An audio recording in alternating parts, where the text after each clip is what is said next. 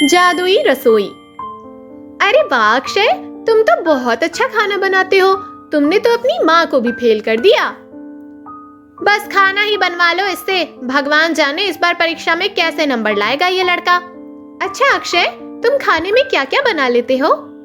बुआ जी, मैं सब कुछ बना सकता हूँ। बताइए क्या खाएंगी आप? शाम को मैं वही बनाऊंगा। ठीक है, ऐसा करो, आज तुम शाम को खाने में इडली, डोसा, सांभर, चाउमीन, दाल बाटी और गाजर का हलवा बनाओ। ठीक है बुआ जी, मैं अभी से तैयारी शुरू कर देता हूँ। शाम को अक्षय बुआ की पसंद का पूरा खाना बनाकर टेबल पर सजा देता है। वाह अक्षय, तुम्हारे हाथ में तो जादू है। तुम तो बहुत अच्छा खाना बनाते हो। इस तरह देखते ही देखते समय बीतता चला गया। अक्षय अब बड़ा हो चुका था, इसीलिए उसकी शादी एक सुंदर लड़की वैशाली से कर दी गई। वैशाली अक्षय जितना अच्छा खाना तो नहीं बना सकती थी, लेकिन परिवार में सबका खूब ख्याल रखती थी।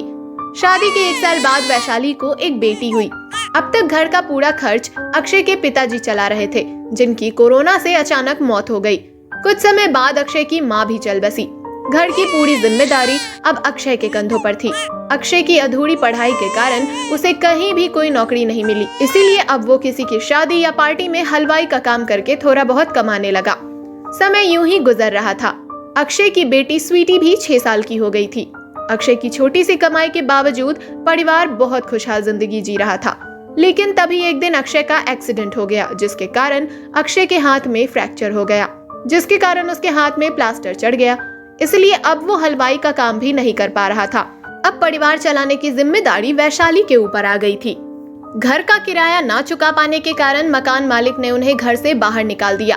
काफी रात होने के कारण अक्षय पूरा परिवार लेकर एक बगीचे में जाकर बैठ गया। सुनो जी, हमारी बेटी स्वीटी पता नहीं कहाँ चली गई, अभी तो यहीं खेल रही थी। अक्षय झट से उठा और स्वीटी को चारों तरफ ढूंढने लगा। तभी स्वीटी जोर से चिल्लाते हुए बोली, मम्मी पापा जल्दी आइए यहाँ, उस पेड़ के पीछे देखिए क्या है। उस मोटे से पेड़ के पीछे से तेज रोशनी निकल रही थी। हैरान होकर अक्षय और वैशाली स्वीटी के साथ उस ओर चल दिए। सामने एक घर था जिसमें से तेज रोशनी निकल रही थी। वो तीनों उस घर के अंदर चले गए। घर के अंदर कोई भी नहीं था, लेकिन हर चीज बिल्कुल व्यवस्थित ढंग से रखी हुई थी। तभी स्वीटी को भूख लगी। उसने माँ से खाना बनाने को कहा। माँ ने किचन में जाकर देखा तो किचन में खाना बनाने का हर सामान मौजूद था। तब माँ ने गैस पर कढ़ाई चढ़ाते हुए स्वीटी से पूछा, बताओ क्या बनाऊं?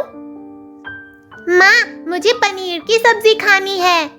माँ उदास होकर बोली, बेटा ना तो यहाँ पनीर है और ना ही हमारे पास पनीर खरीदने के पैसे हैं। तभी स्वीटी चीखी, माँ पीछे देखो, कढ़ाई में कुछ हो रहा है। माँ ने पलटकर देखा, कढ़ाई में अपने आप पनीर की सब्जी बन रही थी। माँ ये देखकर हैरान हो गई और चिल्लाते हुए अक्षय को रसोई में बुलाया। तभी स्वीटी बोली, माँ पनीर के साथ गर्मा गर्म नान भी बना दो। माँ ने गैस पर जैसे ही तवा रखा, देखते ही देखते उस तवे पर अपने आप नान रोटी बनने लगी।